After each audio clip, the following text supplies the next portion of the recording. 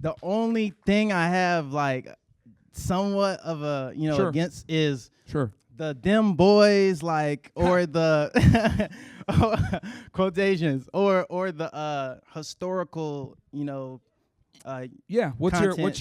your contention Like with it? I feel like it's a little too controversial / divisive. Like I mean it's you. I understand it, but damn, with the goal of trying to gather as much people as possible to like empower dudes and empower just individuals in general. Like, don't you think that's going against it a little bit with like the over controversial content? Is there a particular thing within it that you're worried about, or is it just in general, like the Like entire? in general, nothing too crazy. Because I also fuck with your true crime shit. That's amazing. Yeah. But like I don't know. I just feel like it's a little bit too divisive for. Okay, I understand that. Americans, So you have a kind of an issue with guys. He's referring to Jews.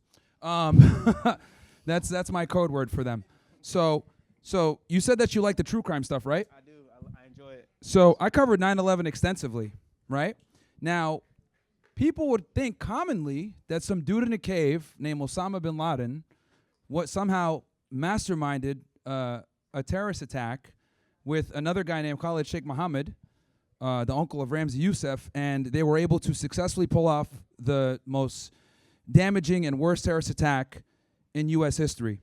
When that's the official narrative, right? That came out, I think, in 2004, 2005, which Al Qaeda was definitely involved, right? I'm not one of these like crazy conspiracy theories theorists that's going to tell you, oh, it wasn't Osama. No, it was him. They did plan it. But I think to not identify the other participants in 9/11 would be not true to the crime, right? It wouldn't be true crime because I'd be lying to you. And I think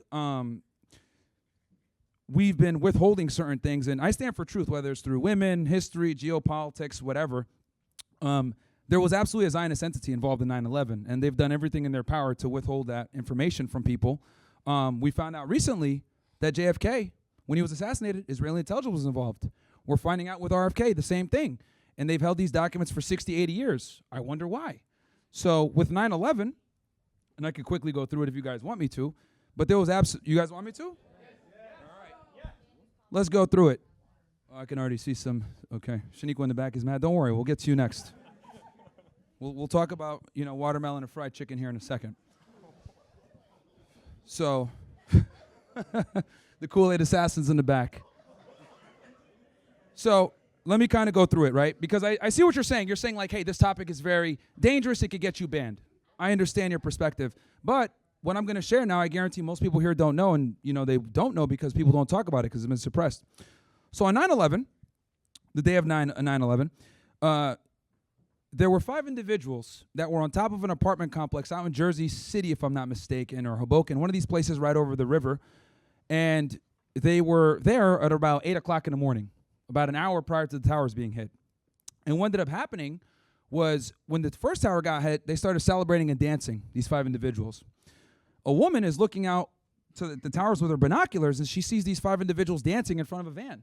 Well, that's weird. Why are these guys celebrating as the towers are on fire? And I'm not just talking about dancing. Like, these dudes are moonwalking. Like, they're doing some Michael Jackson type shit, right? They're going nuts, right? That's why she was able to see the commotion. So she calls the police because she thinks that's kind of weird, and they look Middle Eastern. So the police catch up to them. She gives out the description of the van and the license plate. Police catch up to them, and they stop them. When the officer approaches the car, guy gets out immediately. We are Israeli. We are not Palestinian. Those are your enemies, right? It's like, what the hell? That's kind of a weird thing to say when you're getting stopped. So they check the guys out, and they're 5 Israeli citizens, right, with large sums of cash and plane tickets to leave the country the next day. And they're driving a van called Urban Moving Systems. It's like, this is weird, so they call the FBI. FBI bring these guys in. They run their names through their databases. They find out that 2 of them have ties to Israeli intelligence. Well, that's weird. These guys were there an hour before the towers hit. They're dancing and celebrating. And then they asked them, hey, did you guys have prior knowledge that this was going to happen? They said no, but they got polygraphed and they were lying. And then they end up holding those guys in jail for about 70 days, immigration custody, and then ended up getting deported, getting sent back to Israel. And they went on a talk show, and they admitted that they were there to document the event, right? Which means they had foreknowledge that the towers are going to be hit. Now, that's just one component. That doesn't account for a bunch of other Israeli art students that were caught all across the United States spying across government buildings. The DEA wrote a whole memo about it, where these Israelis were behaving like art students to get access to the buildings and being interns, and they end up getting caught up in aspiring as well. And this is all leading up to 9/11. Then you find out that the buildings were purchased by a guy named Larry Silverstein, cha-ching, and he took out a very unique and unorthodox insurance policy that covered for terrorism. And then Building 7 went down in a perfect controlled demolition style, nice and even, and it never got hit by a plane. That was one of the small towers on the side of the World Trade Center. That went down randomly. And then witnesses on the ground said that they heard a bunch of bombs, right? They heard bombs. The firefighters that were there on the scene. Then it gets more interesting. And this is something that a lot of people don't know, and I'll share this with you guys. Shout out to my guy, Ryan Dawson. He talks about this in detail. You guys should go watch the documentary Empire Unmasked, where he covers all this. I'm summarizing a lot for you. Another group of Israelis were caught out in Tennessee, if I'm not mistaken. And they were arrested as a part of a document benefit fraud conspiracy. On one end, you're like, oh, okay, these guys have fraud documents, whatever. Well, they find out that those guys were intelligence as well, and it gets crazier. One of them had a slip that shows that they were at the World Trade Center a month or two before 9/11, okay? And there was a woman that was going to testify against them that at the DMV, because she worked at the DMV giving these guys fake licenses and stuff like that. She was going to testify against them on behalf of the FBI. Before she went to court, she ends up dying in a fiery car crash all of a sudden, randomly, right? Keep in mind, Mossad has the most complete assassinations of any intelligence agency in the world. That's the CIA functional equivalent for Israel.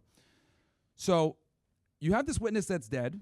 You have these guys that were in the World Trade Center prior that are Israeli intelligence. They were there to do sprinkler maintenance, but the Port Authority who runs the World Trade Center didn't have a permit for them to be there. So what were they doing there, right? And then when you look at the World Trade Center, the way it went down, again, looked like controlled demolition, right? I interviewed Richard Gage on my show. He's an engineer. 3,000 plus engineers that put their career on the line saying like this was absolutely a controlled demolition for the Twin Towers and for Building 7. So look, I'm not saying the Israelis did it, but what I will say is that there's absolutely Zionist fingerprints all over it. So and they had at least at bare minimum foreknowledge of what was going to happen, and they facilitated happening. And then it gets even better. That moving company I told you about, remember they had the vans? FBI does a search warrant at the headquarters. The head of the company is a guy named Dominic Suter. They go and do the search, and they find a bunch of computers and stuff. Not likely for a moving company. Why do you guys have all these computers, all these hard drives? So they call Dominic Suter, hey, man, I want to bring you in for an interview. What does he do? Flees to Israel. Dude turns into Goku, instant transmission. Right? Gone. He went to Israel. To this day, they still don't have him. And then on top of that, those guys filled those polygraphs like I mentioned before, and it's just fingerprints all over the place, man. And this is stuff that no one, like, they kept this stuff classified for a very long time.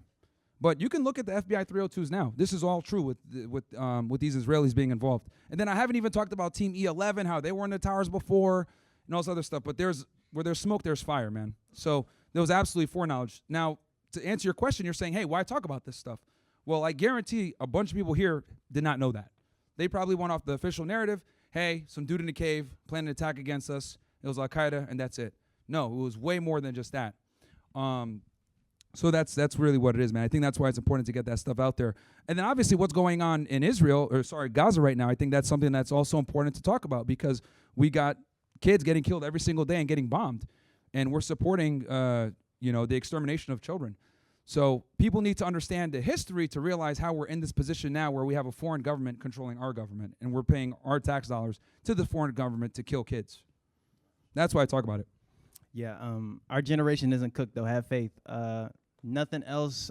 Just keep up the work, I guess. People are going to hate you because they don't understand. No. Like, when you come at certain information with an emotional attachment, you're not going to be open to, like, understand specific views. So they'll hear you say some, they'll hear you say, oh, women deserve less. And then they're like, what the fuck did this nigga just say? The women deserve less. But then when you really, break it down and you get your point of view, you don't have to agree with the person. But I don't think it's, genuine and good faith to come at them like a negative and just throwing insults. Like, you got to honestly, just give your specific, just give your feedback and then, try to get a dialogue going so you can, get some gears turning. Yeah, but see, you got to remember, that assumes that people on the left have critical thinking skills and or can control their emotions. They typically don't. They spurg out and get wild.